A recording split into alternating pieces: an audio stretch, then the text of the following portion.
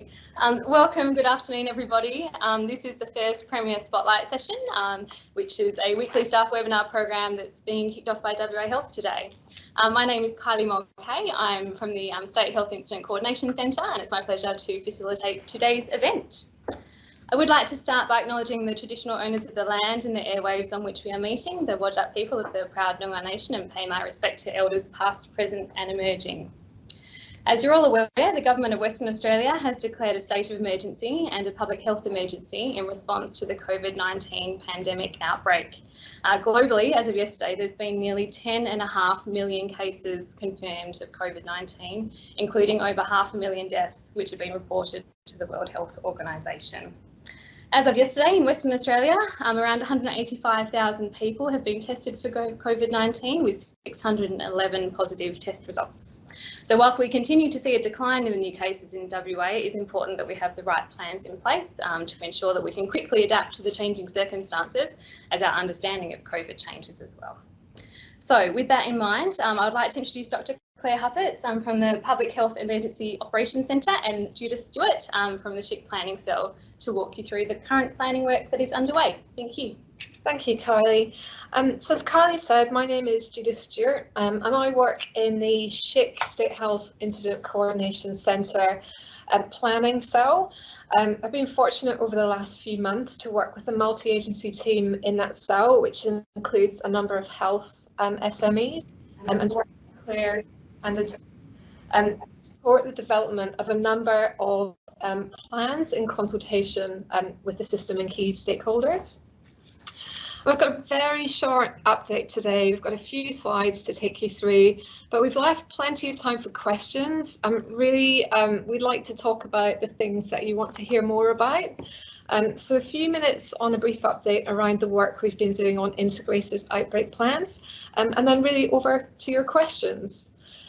So integrated outbreak response plans have been developed, which set out the state's strategic response to outbreaks of COVID-19. And really, these plans sit at a state level and cover the response from an overall WA health perspective, as well as looking at how we would respond to outbreaks in a number of high-risk settings.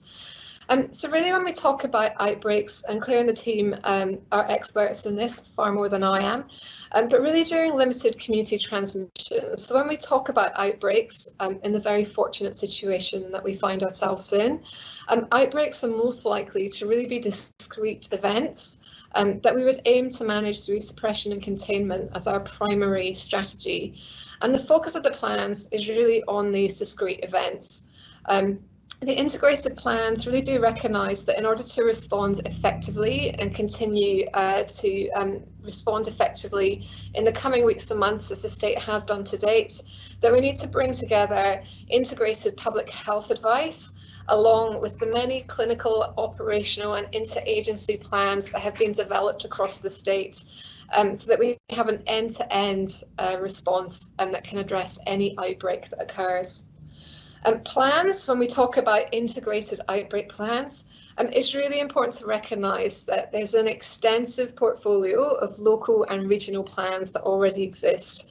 And really the intent in these documents is to set out how, as a state, we'll use these local and regional plans and responses and then bring them together to support those responses with state or system level plans as and when those might be needed.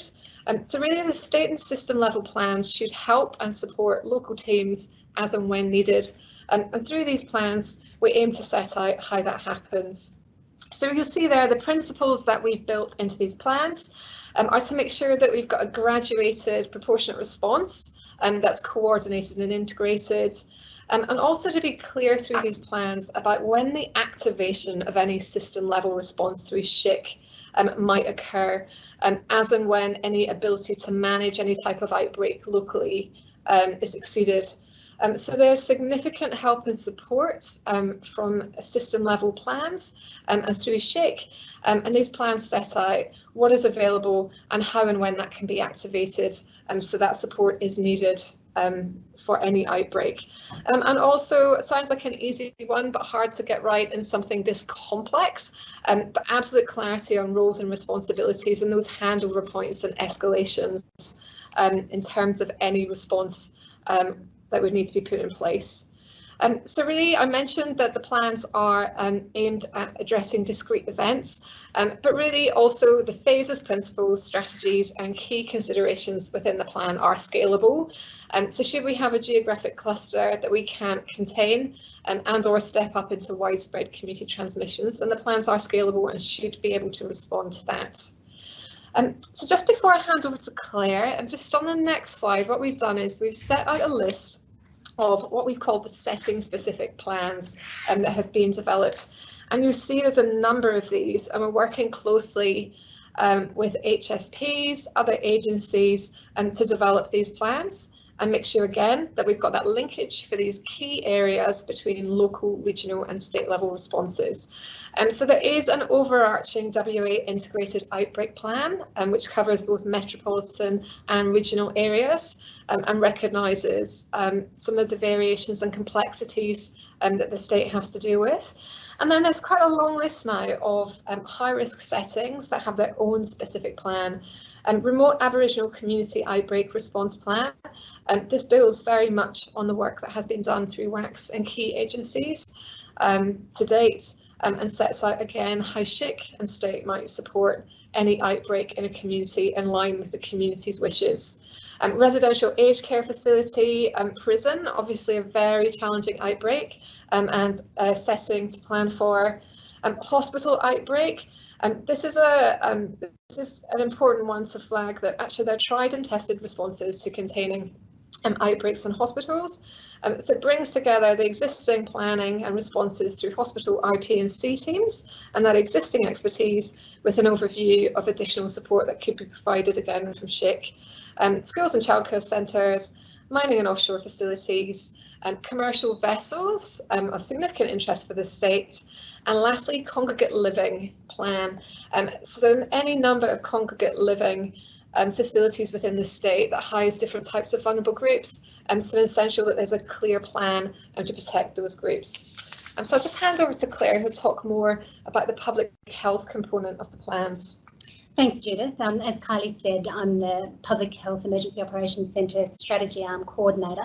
So we've been working with Judith's team in SHIC on these plans. I'm just going to run through briefly the definition of an outbreak and the public health response, which is very much in line with the usual response that a public health team would implement for an outbreak. So for the definition of an outbreak can broadly be defined, and this is a very classic definition, as a localised occurrences of more cases of a disease than expected for a given area or among a specific group of people over a particular period of time. As you can imagine in WA at the moment, given that we're in a state where we don't have any community transmission, the definition of an outbreak of COVID would be a very small number of cases. In fact, we take a very precautionary approach to an outbreak of COVID at the moment, and our definition for metropolitan or regional area is that we define an outbreak as 2 or more cases in people that don't reside in the same household. So that's important, but 2 people that live in separate households among a specific group of people. So that might be limited to a town, but even at this stage, suburbs in a city, and they'd of course have to be confirmed by laboratory testing. We then also apply an even more sensitive definition of an outbreak where the setting or community is small and contained. So that would be those high-risk settings that Judith mentioned, where rapid spread is easy because of the setting, or where there's high risk of serious illness if an outbreak was to occur there, such as in an aged care facility. So in those instances, we would consider a single confirmed case, so just one case of COVID would be sufficient to trigger an outbreak response. So if I go to the next slide now, the outbreak response, I'll go through the activities that would occur, and there's a number of activities after we've defined that an outbreak has been reached and the trigger has been reached such that we move into an outbreak response. So there's a number of activities that I'll go through. I wanted to keep in mind that these things might happen concurrently. They might happen in a slightly different order than I talk about. So the first would be that declaration of an outbreak, defining has an outbreak actually occurred and has that definition been met, and then notification of the outbreak, obviously to everyone that needs to know. So not just to the patient family group, the facility that might be involved, but also of course up through the Department of Health, ensuring that our Chief Health Officer knows, our Deputy Chief Health Officer for Public Health and our Incident Controller for this overall outbreak. And from there a cascade of other notifications would take place, of course. The next would be formation of an outbreak management team, and that's very common at the start of an outbreak response, getting together with the people who are going to manage the response. So that would generally be people from the Public Health Emergency Operations Centre and SHIC here in the Department of Health, but also people from the facility where the outbreak is occurring or from the town or region where the outbreak is occurring, if in a regional or town setting. The next will be a situational analysis. So this is really where we do a bit of a risk assessment of the area, looking at the health system capacity, the testing capability in that area, isolation and quarantine facilities that might be available, the distance from regional centre or from Perth if it's outside of Perth, the population size, and other considerations around, is it a particular language group that might be involved, or other supports that might be needed for that population. The next would be case management. So we look, of course, at the health of the case involved, and then their ability to isolate and what supports they might need for that. The next is contact tracing and contact management. So we call this the downstream contact tracing, looking at the people who might have been exposed by the case and ensuring that they are able to go into quarantine and sometimes supporting them to do that. The next is investigating the source of infection. So we call this upstream contact tracing as well. If we've got one case, where did they get their disease from? So we ask a series of questions about where that person might have been in the last 14 days that might have given them this disease, and looking to see if we can find other pathways of infection transmission upstream from the one case that we've got.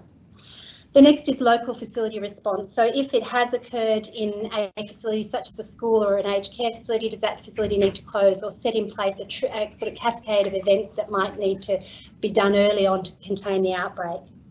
The next is additional case findings. So we might do expanded testing in the population surrounding the case to see if there are other cases that may have been missed because they're asymptomatic or just haven't come forward for testing. We then put in place a bunch of control measures, and these could be things such as infection prevention and control measures around cleaning and hygiene awareness, to public health messaging around staying away from workplaces if you're unwell, and ensuring cough and sneeze etiquette's adhered to. We may then put together a rapid response team if it was necessary to deploy a group of people to go and assist quickly. We might activate the patient flow command centre if we suspected that a few patients might require hospital admission, or we might employ some other SHIC capabilities, so get assistance from and support from the police or another area from within SHIC. Of course, there are public and communication and public information that's important to ensure that the media get key messages from the health department that we want them to know about this outbreak and what others in the population can do. And then lastly, reporting and monitoring. So we continue to look for cases when we report, and usually for all outbreaks we would end with an outbreak report which would identify key lessons learned from how the outbreak was managed. So I'll hand back to Judith. Thank you. So just very briefly before we hand over to questions, in terms of next steps, the plans, because they were built on such a breadth and depth of existing planning, are very close to finalisation. So we will shortly release those plans and make them available to the key stakeholders. To note, they will be iteratively updated, so we will have a continued review cycle. We hope we never have to use these plans, but we will review them as a minimum at least monthly to make sure that they're still current, but most importantly to take advantage of emerging national and international lessons that we can flow through into our plans to make sure that we're always one step ahead wherever we can be. Thank you. That's great, thank you both. I'm just watching the questions, none have come through yet, but I know there's been a lot of interest in the media that people watching have probably been across around the Victoria situation, what's been unfolding there. So following on that theme of lessons and learnings, Claire, is there anything that we've picked up so far from Victoria that we can look at using as a lesson for WA? Yeah, thanks Kylie. There are a few things. So I think everyone has been watching Victoria with interest, none more than me I'm sure, but you know, what has happened in Victoria is a series of outbreaks, and they've occurred at once. So, and these have come through the media as well. So I think while we've got our individual outbreak response plans, it's really important to consider that this could all happen at once, which is a sobering thought. There have been a few other things that have come from Victoria that we've really taken up. They've had outbreaks there in populations where English is a second language. So we're looking at our communication strategy and ensuring that we've got processes in place whereby if we needed to communicate quickly with people for whom English is a second language and from particular cultural and linguistically diverse groups, that we've got the ability to do that. So looking at key stakeholders in the community and alternative message pathways that are away from mainstream media. So I think those things have been very important. One other lesson that's come up has been that not everyone in the community is going to be able to isolate when we ask them to, and might need specific supports to do that. So we've got a welfare team that's able to help with that, but I think that's one thing that as more and more cases have appeared in Victoria, not everyone's willing to stay in isolation for 14 days, nor in quarantine if they're a close contact. So that's a challenge. Thank you, great. And Judith, you mentioned planning for schools in particular. Who's been involved in the education planning? Because I know there's a number of stakeholders. Oh, thank you. As with all of the plans, each plan has a level of complexity, and there's actually been a significant number of stakeholders involved, some of whom I hadn't anticipated would need to be in the discussions, but when we work with the Department of Education and others, actually the remit of the schools plan covers not only public schools but independent schools. We've also got childcare centres, which is really important not to forget and consider within that setting. And then there's some additional planning that's required for boarding schools, which have a number of extra considerations in terms of their ability, if they had to temporarily close some or part of that school, in respect of how they would manage the children and the students within that facility and maintain their welfare whilst managing that process. So we've worked closely with the Department of Education, but also with representative stakeholders from those different groups to make sure we understand their planning assumptions and flow those through into the plans. That's great, thank you. I'm just watching the questions. I still haven't had any come in, but something that I know a lot of people are interested in, both personally and professionally, is the learnings that we've all had over the last 6 months for the first time of the year. Can I put you both on the spot and ask what's the most important lesson that you've identified so far during the pandemic response? Claire, I'll start with you. Look, it's been a very interesting journey for me as a public health physician, that I've gone from, who knew what public health physicians did ever before, to suddenly every second person you meet is an epidemiologist. So I think one of the things that has come out for me is that when something like a pandemic happens, there's a whole bunch of players that we have to engage with to ensure that we've got the best response for the community. So it quickly goes outside of public health and the public health teams that we normally work with, and we are all of a sudden working across the health department, but also with the likes of the police, the army, DFIS, a whole bunch of organisations, all of whom have specific skills that they bring into the set that we need, but that we sort of have never engaged with in peacetime to do something of this scale. So that's been a really sort of steep learning curve in terms of working out how we can best deploy those people and work with them, and how they can augment the public health response that we know. Great, thank you. And Judith? Thank you. I'll just build on Claire's point about scale. Often in a planning environment, you're looking for gaps, and I think actually what's been very reassuring for me, both personally and professionally, is actually that there's an extensive range of plans that are already in place at those various levels of governance and through those agencies and stakeholders. And actually one of our challenges in these plans has been setting out end to end how those plans integrate, so actually making sure that we don't overlap in planning, which is a really good place to be. This has been absolutely fascinating for me to really get an understanding of what exists, and also that process of making sure that we don't break the concepts of local and regional response first from the people who really understand those environments and understand the needs of those stakeholders. Great, thank you. A couple of questions that have come in. One for you, Claire, around we've talked about how there's some differences in Victoria and what they're experiencing at the moment. Question: are the powers in Victoria to require testing different to WA? Oh, there is something different about what they've got in Victoria. We can, through our Public Health Act, we can demand someone gets tested if we've got significant reason to believe that they would have COVID. That is, we can put a testing order on somebody. I believe that's not available within the Public Health Act in Victoria. They have a Human Rights Act that doesn't allow that to happen. Having said that, I can't imagine a scenario in Western Australia where we would demand someone got tested. That would be very extreme. We've seldom done that in any scenario that I can think of in the past, and usually it wouldn't come to that. Victoria, on the whole, has done more testing than Western Australia. They went quickly with asymptomatic testing when we didn't. So they've done a lot of testing there, which has also, I think, been a difference between the two states. Very interesting, thank you. There's a question around the timing of the outbreak planning. When did outbreak planning commence? In terms of... Can I start that? Yeah, please.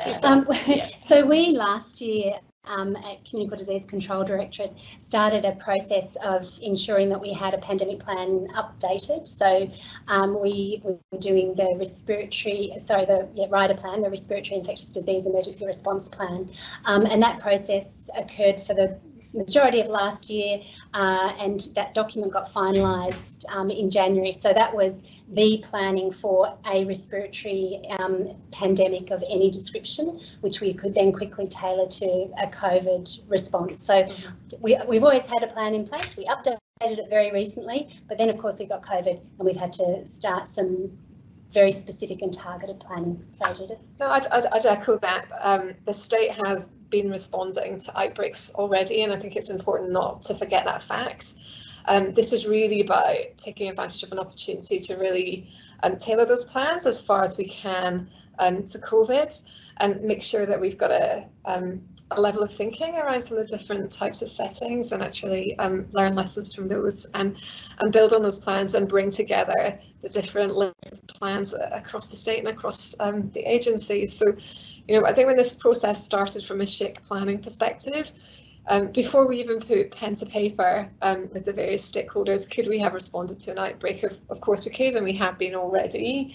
I think this is just an extra level of investment and thinking that we've been able to progress with the gift of time that we've had. Thank you, that's great.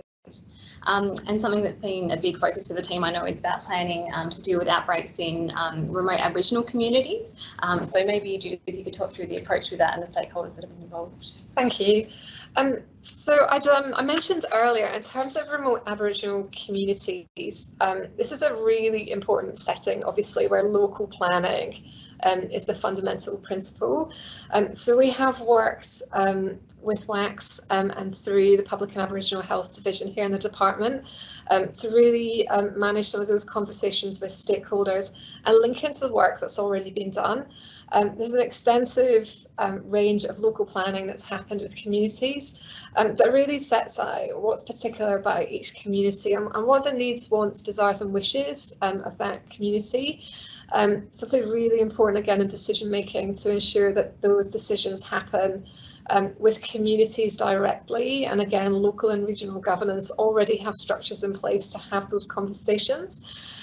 We've really worked to put an overlay on the top to be clear, if there is a need to provide additional support to contain an outbreak in a community as quickly as we can, that we understand as SHIC how that escalation will occur, and that we have the right mechanisms in place to provide additional support, be that resources, supplies or logistics, equipment to that community in line with its wishes.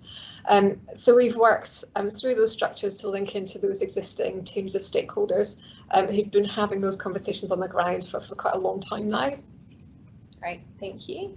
Another question about the plans in terms of how they link up with the health service provider business continuity plans, and yeah, how do they line up? Will they join up? Thank you. Absolutely. So these plans, because they are strategic plans, so they very much set out at each stage of the response, and particularly in some of the targeted aspects of the response that we hope we don't have to use. It more sets out what are some of the key strategies or key plans that have been developed that would be activated to support that response. So very much in these plans, we reflect the good work that's been done by local HSPs, including with clinical teams, and through the lead C of COVID, Liz McLeod and her team working with health service providers to really set out what do local plans look like in terms of surge and capacity frameworks, looking at workforce plans, logistic plans, facility plans, and all of those now exist at state level. So again, these plans set out how those would be activated, but again, the intent would be to use the local plans first, and then if emerging risk materialises or there's a need to activate one of those state level plans for capacity or workforce or logistics or equipment, to then activate that. So it's heavily integrated and reflects the wealth of work that's been done over the last couple of months. Yes, a bit of a jigsaw puzzle, isn't it? Yes. Putting it all together. Great. One last question before we wrap up, which is we might need to get someone from the comms team to talk to at one of the next sessions, but I think is a really interesting one that lots of people are talking about. Has there been any consideration in these plans about the role that WA Health would have to combat misinformation that's out in the public domain, and obviously that risk of complacency in the state that we're in compared to the rest of Australia? So any thoughts from either of you? I think that's a really important point, actually, that and one that I'm worried about is that if we needed, it was very obvious when we had our cases in March and we had a peak of cases and they fell away, the thing that made a difference there, the community responded. We put out public messaging and the community responded and they acted and they did what we said. One of the biggest risks I think we have, like anywhere, that if you say all that again and you do all that again, will the public still respond? So I think the communication strategy is going to be really key next time. We're going to have to go out early if we want people to do things. We're going to have to pay a lot of attention to how we explain that to people, because that's what makes the difference. We absolutely need the community to respond and to follow the public health advice. So it's something that it's not going to be easy, but I'm really conscious that getting the community on board is absolutely key. And I'd say specifically, the communication teams have been working with us around looking preemptively at what might some of the key messages be and approaches that we'd use to respond to any outbreak. A school, for example, is a really complex scenario in terms of making sure that people who need to know first, but equally getting communications out, given that there's children and parents involved in what can be quite frightening circumstances for those individuals. So a lot of thought is being given to that. Thank you. That's great, thank you. Sorry we didn't have time to address all of the questions, but if you do have any additional ones, Judith has shown the COVID planning at health.wa.gov.au email address. You're welcome to contact the team at any point. We will wrap up there for today, but I will leave you with a taster for next week. We have Mark Thompson coming in to talk through procurement next Thursday, same time, same place. So look forward to seeing you then. Thanks for your time. Thank you. Thank you.